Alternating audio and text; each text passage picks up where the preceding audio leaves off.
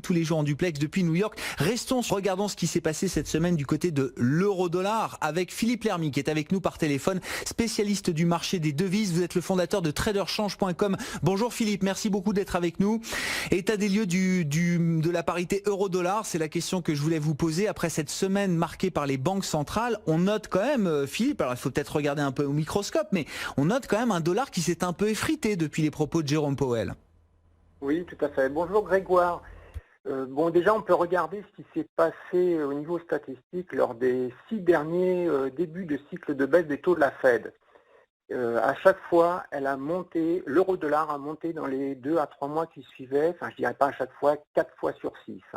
Et si on prend l'évolution médiane qui avait fait la paire de devises, elle avait monté d'environ 3% dans les 3 à 6 mois après la première baisse des taux de la Fed. Alors, est-ce que la hausse va continuer? Ce n'est pas si sûr. Le marché est maintenant focalisé sur le côté dollar de la paire, mais il ne faudra pas aussi oublier le côté euro. Et oui, c'est ça. On a l'impression que c'est un concours entre les deux, puisque les deux banques centrales, finalement, sont dans un match où elles se sont répondues cette semaine, Philippe. Oui, tout à fait. Bon, on voit bien que Draghi va faire tout ce qu'il peut aussi pour, je dirais, augmenter la masse monétaire en circulation, augmenter sa politique monétaire. Donc, il ne faut pas oublier l'Italie, les leaders qui commencent à nouveau parler. Il y a tout ça. Mais si on regarde, si on revient sur le comité politique monétaire de la Fed, donc elle a indiqué qu'elle était prête à baisser son taux de directeur, mais elle ne l'a pas fait. Donc le marché, il est auto-persuadé que la baisse aura lieu lors du prochain FOMC, comme vous avez cité précédemment, le 31 juillet. C'est intégré, c'est pricé à 100%, Philippe. Oui, je sais, mais en fait la question, ça sera quand même, est-ce que ça sera exactement ce jour-là qu'elle le fera. Je ne dis pas parce que c'est pricé qu'elle va forcément le faire. Parce que Powell nous avait donné, donc lors de son discours, nous a donné des éléments de réponse. Il a dit que la décision serait dépendante des chiffres économiques à venir, comme d'habitude, et que les risques avaient augmenté, notamment la guerre commerciale, et puis l'Iran, on l'a vu avec tout ce qui se passe là récemment.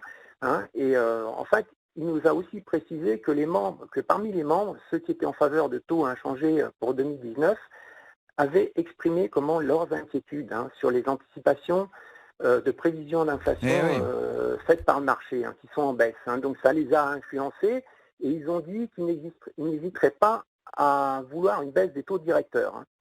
Donc là, concrètement, on a la feuille de route de ce qu'il va falloir surveiller dans les jours à venir. On a les chiffres économiques US, l'évolution des négociations commerciales entre les USA et la Chine, et puis les discours des membres de la Fed, puisque là on est sorti de la période de blackout, ils ont à nouveau le droit de parler, et là on le voit, donc il y en a plusieurs qui ont parlé. Donc comme disait Grégory Volokhin, là, il y a à l'instant, il y a Kashkari qui a parlé, mais Kashkari à la limite c'est un non-event, parce que Kashkari il est ultra dove. C'est ça. Donc, il ne pouvait pas dire l'inverse. Il n'a pas été. Il faut enlever les extrêmes, c'est ça. Quand on regarde le comité de politique monétaire, il faut enlever les deux extrêmes, les plus agressifs et les plus accommodants.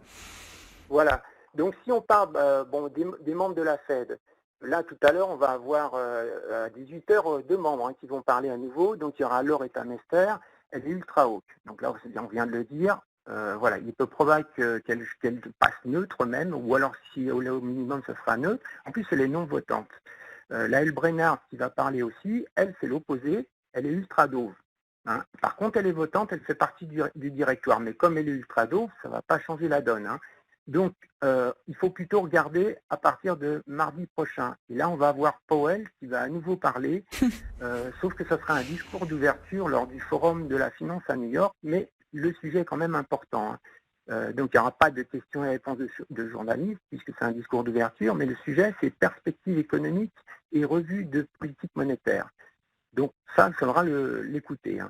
Mercredi, on aura Boulard, donc c'est comme je vous l'ai dit, non-event. Et ensuite, on aura Raphaël Bostic, c'est un dove modéré, donc lui, il pourrait être influencé encore plus. Et il y a Barkin qui est hawk.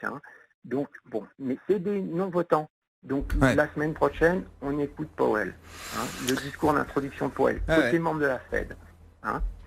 Si on regarde du côté des chiffres, là, on vient d'avoir le PMI Manufacturing calculé par Markit. Il est sorti en baisse. Ça fait à nouveau un chiffre en baisse. Il est au plus bas depuis 2009. Et surtout, il est proche de 50. Et les indices de directeurs d'achat, quand ils sont en dessous de 50, on se considère que l'économie est en contraction. Hein. Donc 50,1, on est à la limite. Hein. Donc ça, c'est pas beau. Bon, l'euro, il a fait un petit plus haut intraday sur le chiffre, et puis là, il est en train de retracer. On a été voir un 13,34, et puis voilà, maintenant on est à 13,13. Hein. Bon. Sinon, la semaine prochaine, côté chiffres, on va avoir l'indice de confiance des consommateurs du Conference Board. Ça sera le chiffre le plus important, hein, parce qu'il va y avoir les commandes de biens durables, c'est un chiffre secondaire. Il y aura le PIB américain du premier trimestre, mais c'est la révision finale. Donc, c'est des données qui sont vieilles de 3 à 6 mois. Hein. Donc, les chiffres, ça sera dans 15 jours. Ça sera le lundi 1er juillet avec ISM Manufacturing.